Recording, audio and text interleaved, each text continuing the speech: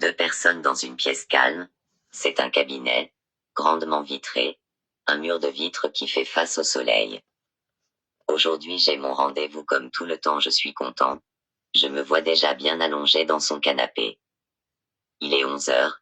Je suis en retard, le chauffeur de taxi n'était pas professionnel. Ouf. Bonjour madame. Excusez, c'est à moi d'entrer. Une fois installé, confortablement, l'heure n'a plus d'importance.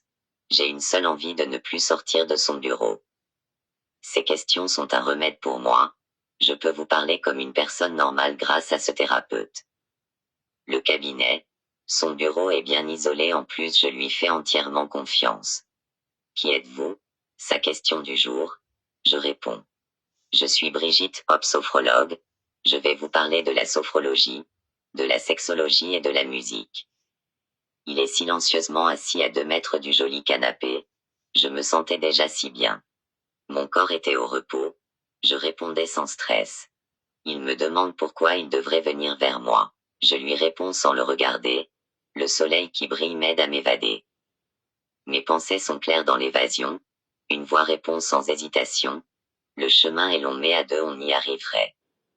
Il se lève pour allumer fort la climatisation en me disant « Alors vous devenez un ami de route, plein de confiance, c'est bien. » Toujours confortablement allongé dans le canapé noir, le regard perdu droit vers la grande vitre, je rajoute d'une petite voix. Comme vous, je dis merci aux artistes et à ce moment que vous partagez avec moi. Il part remettre une autre musique, calme. La musique, je le sais, c'est une thérapie. Il répond agréablement. Oui. Si tout le monde le savait, je réponds. Moi je le sais. Donc, vous êtes sophrologue ou sexologue? Les deux se ressemblent. Je le sais. Vous aussi vous le savez. La sophrologie et la sexologie sont des thérapies ou des séances qui aident à se sentir bien, comme moi. Pourquoi en séance de sophrologie, vous parlez de sexualité? Je réponds en bref. La respiration est partout. La respiration, je dois les apprendre à bien ou mieux l'utiliser. Elle est différente, dans tout ce que nous faisons. Même en faisant l'amour, même quand on parle, je crois que vous aurez plus besoin de venir me voir. Je me tais, je ne dis plus un mot, je prends une bonne et longue respiration car je ne veux pas entendre cette phrase. Je lui dis en posant le bras gauche sur ma tête, j'ai encore des stress, aidez-moi, je suis toujours en contact avec les gens. Vous êtes sophrologue, aidez-vous, je pourrais m'aider si vous voulez toujours, gardez ce lien, qui est entre nous. Vous êtes psychologue, ça me fait du bien de suivre vos séances, même si je suis comme vous, parler c'est important. Je le sais, il est midi, on doit aller manger, le soleil nous amène le positif, tout est une question de bien utiliser ces rayons. Venez, je vous invite aujourd'hui. Je pense que vous avez beaucoup de choses à me dire. N'oubliez pas de prendre l'écharpe. Vous savez, quand je suis allongé devant vous, mes pensées ne sont plus ailleurs. Et si mes clients se sentaient pareil? Ne vous inquiétez pas, ils le ressentent mais ils le gardent pour eux. Je pense que oui. Car ils sont si bien détendus en partant. Sortez avant moi, je vous suis. Je vous trouve détendu. Oui, je le suis. J'ai tout de même droit à une autre séance. Dites-moi.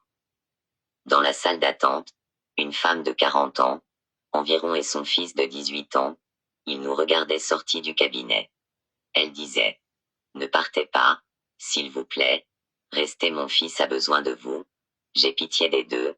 Il disait gentiment au dernier client. Allez manger. Il me suivait en arrière. La dame était arrêtée au-dessus de son fils qui était assis sur une des chaises de la salle d'attente. Il tenait sa tête entre ses mains, peut-être qu'il pleurait. Il ne restait que les deux devant cette porte. La secrétaire travaillait. Chez moi, les clients étaient si difficiles de savoir qui venait pour la sexologie ou pour la sophrologie, comme ici. Donc, en sophrologie on peut parler du sexe, des rapports sexuels, de la pilule, des soucis de jouissance ou de savoir faire des coquineries. En descendant les escaliers, je voyais deux jeunes qui avaient l'air heureux en écoutant une musique, ils dansaient presque. Un des jeunes disait calmement, ça glisse ces escaliers, descendez tout cool. Ils ont réparé l'ascenseur. Il leur répond. Merci. Nous étions au 4e étage. Arrivé avec l'escalier au 3e, il se dirige droit vers les outils qui ont permis de le remettre en marche. J'étais à présent derrière son dos voûté. Je lui disais, ces jeunes avaient un terpnos logo rassurant, comme pour vous, en thérapie.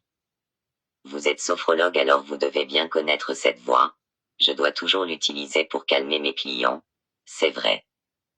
Une femme qui passait, dans le couloir, oblige ses 2 enfants à dire pardon car la balle m'avait tapé le pied. Je souris gentiment. L'ascenseur arriva, s'ouvrit, nous entrâmes lui et moi. Elle allait dans leur appartement. Ils venaient de l'école. Elle tenait leur sac. Parlez-moi de la sophrologie. Pourquoi votre voix est hypnotisante? Êtes-vous obligé de l'apprendre? Je connais la raison mais dites-moi. J'écoute le son de l'ascenseur. Ma voix est soudaine devenue douce. Si je veux écouter et parler, forcément ma voix sera douce.